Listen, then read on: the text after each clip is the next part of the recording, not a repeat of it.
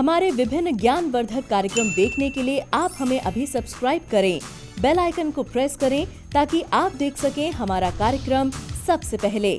और अधिक जानकारी के लिए फेसबुक पेज को लाइक करना न भूलें। जय मां इंद्राक्षी। इंद्राक्षी धाम में दर्शकों, आप सभी का हम हार्दिक स्वागत करते हैं। आज के दिन जिन जातकों का जन्म दिवस है, मैरिज एनिवर्सरी है, उन सभी को हमारी तरफ से बहुत बहुत शुभकामनाएं। आज हम केतु के बारे में बताने वाले हैं। बहुत लोग केतु के भय से भयभीत रहते हैं। केतु जन्म पत्रिका के 12 भाव में कहीं भी आ सकते हैं। राहु जहां होंगे उससे सप्तम भाव में केतु होंगे, यानी कि 7वें स्थान में, और जहां केतु होंगे वहां से सप्तम स्थान में राहु होंगे, जहां राहु होंगे वहां से सप्तम स्थान में केतु होंगे। हमेशा 7 भाव की दूरी इनके आपस में बनी रहती है और ये उल्टी गति से चलने वाले छाया ग्रह हैं। तो केतु किसी व्यक्ति के यदि प्रथम भाव में हो तो इसका क्या फल होता है, मैं बहुत शॉर्टली आपको समझा रहा हूं, क्योंकि बहुत लोग बहुत भयभीत हो जाते हैं। लेकिन केतु का फल महिला और पुरुष के लिए, हालांकि ग्रह एक ही हैं, लेकिन कई बार हमने महिला और पुरुष की कुंडली में इन दोनों ग्रहों का फल थोड़ा थोड़ा सा भिन्नात्मक रूप में हमने देखा है। ठीक है, तो मैं आपको ये सारा समझाऊंगा। तो आइए आज का पहले पंचांग पढ़ लेते हैं, फिर मैं आपको आगे की बात बताता हूँ। 28 जून सन 2021, दिन सोमवार, आषाढ़ मास, कृष्ण पक्ष, संवत 2078, तिथि आज चतुर्थी है, नक्षत्र धनिष्ठा, राहु काल 7:30 से 9, दिशा सूर्य पूर्व दिशा। अब आइए मैं आपको कुंडली दिखा देता हूं कि यदि केतु लग्न में बैठे हों पुरुष के लिए तो उसके लिए उसका क्या फल होता है, आप लोग नोट कर सकते हैं। ये देखिए आपके सामने कुंडली है और इस कुंडली में केतु जो हैं लग्न में बैठे हैं। ठीक है, तो यदि लग्न में केतु बैठे हैं तो केतु का लग्न में बैठने पर क्या फल होता है पुरुष के लिए, आइए आप लिख लें। पुरुष के जन्मांक में यानी कि लग्न में यदि केतु हो तो संतान के संबंध में चिंताएं बढ़ सकती हैं। विवाह और किसी भी प्रकार की पार्टनरशिप, साझेदारी में सुख दुख की समानता रहती है।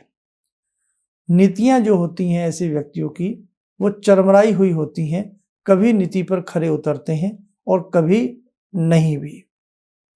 व्यवसाय में अगर सही से दशम भाव को नापते हुए कोई व्यवसाय किया जाए तो केतु लाभ देता है। ऐसे व्यक्तियों की जो प्रकृति होती है उष्ण प्रकृति के ऐसे व्यक्ति होते हैं और विद्या की जो प्राप्ति होती है, विद्या की प्राप्ति के लिए बहुत प्रयत्न करना पड़ता है। विद्या प्राप्ति के लिए अधिक प्रयास करने पड़ते हैं।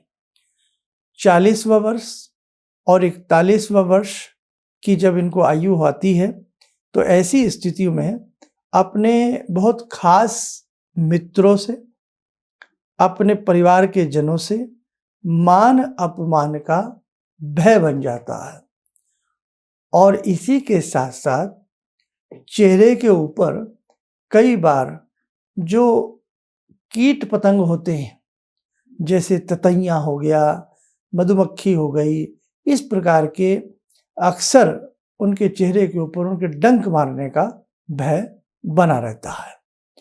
अब स्त्रियों के लिए देखें, स्त्री में भी यदि केतु किसी स्त्री के लग्नांक में हो, लगन में हो, तो ये अपना क्या फल देता है, ये मैं आपको बड़ा शॉर्टली बता रहा हूं।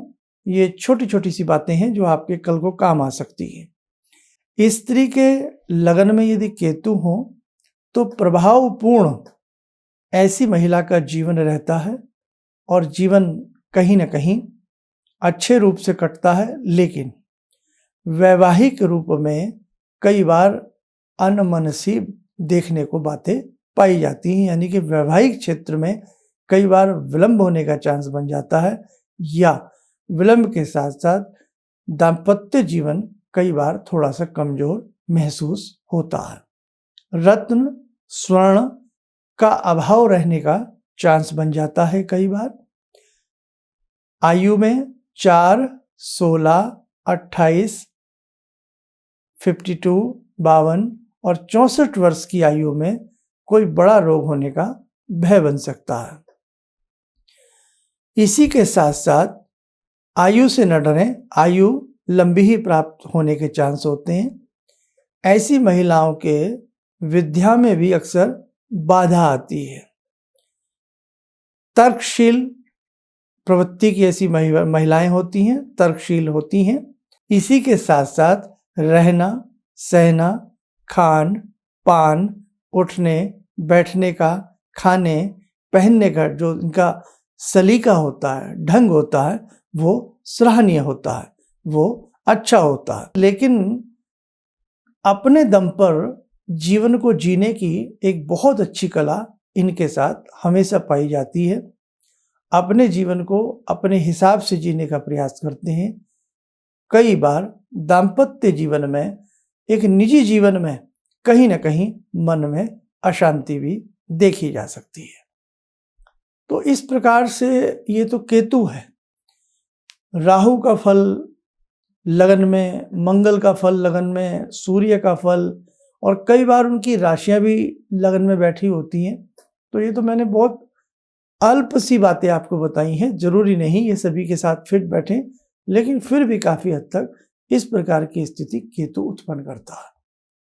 यदि ऐसी स्थिति हो तो मैं आपको यही राय दूंगा कि आपको केतु के बीजात्मक मंत्र हर शनिवार पढ़ लेने चाहिए।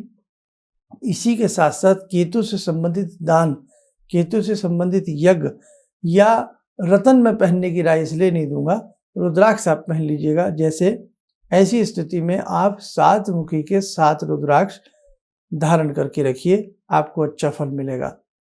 और ऐसे व्यक्ति को लाइनिंग्स वाला वस्त्र नहीं पहनना चाहिए। जैसे किसी वस्त्रों पे बहुत सारे खाने से बने होते हैं, चौरस सी गोटियां सी बनी होती हैं, या धारीदार कपड़े कम पहनने चाहिए।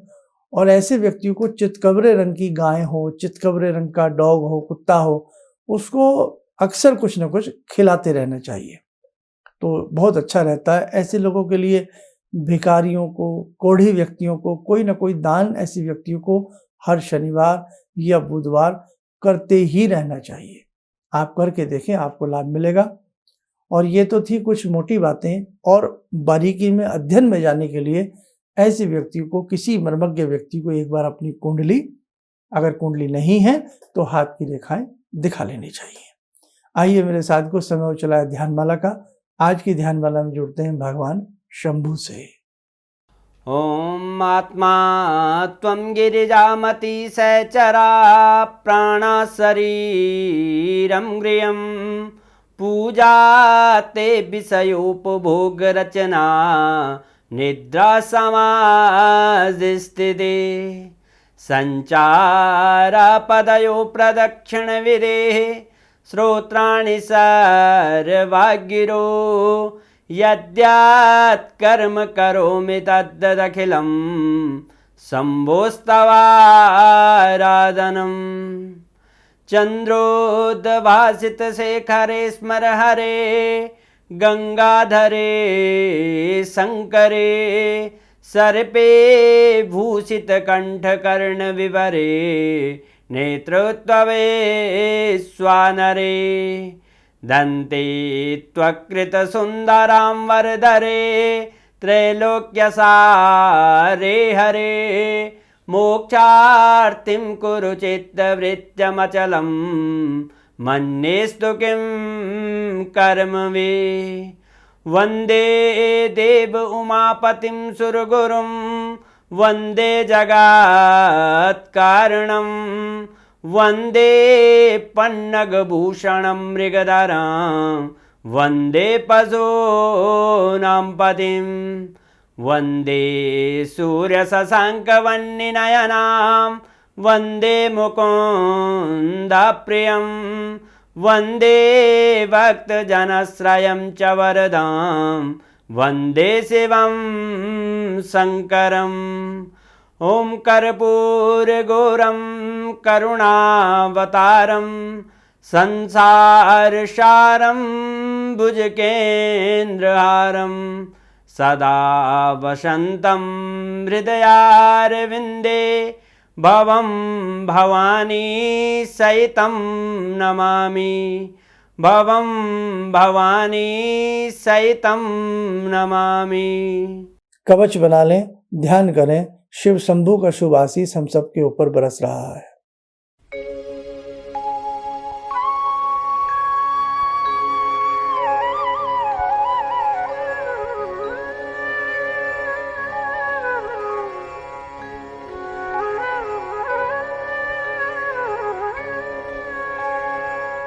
ओम बोलते हुए नेत्र खोलें, सामान्य हो जाए।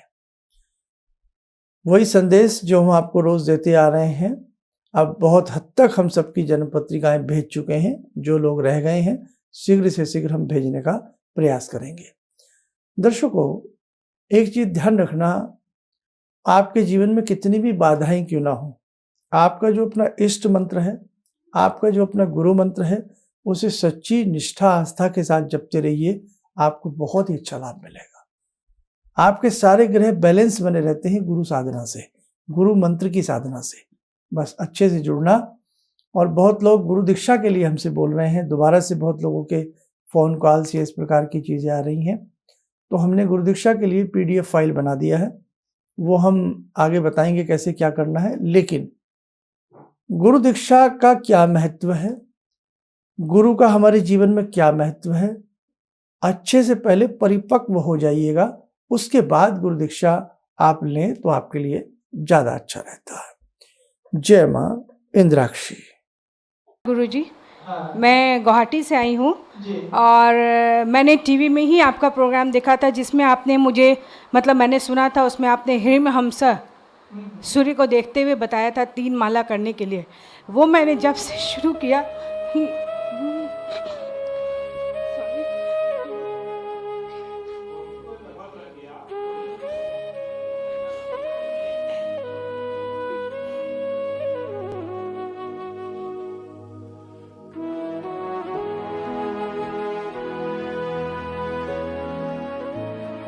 शक्ति से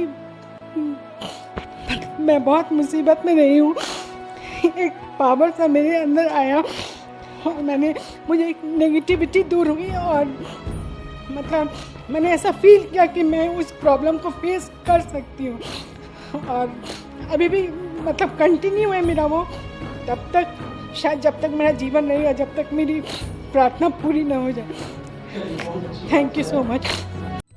किसी भी समस्या के समाधान के लिए मिले प्रसिद्ध हस्तरेखा एवं वास्तु विशेषज्ञ प्रोफेसर धर्मेंद्र शर्मा जी से। नोट: शिविर में भाग लेने हेतु एवं व्यक्तिगत रूप से मिलने के लिए कॉल करने का समय सुबह 10 बजे से शाम 6 बजे तक।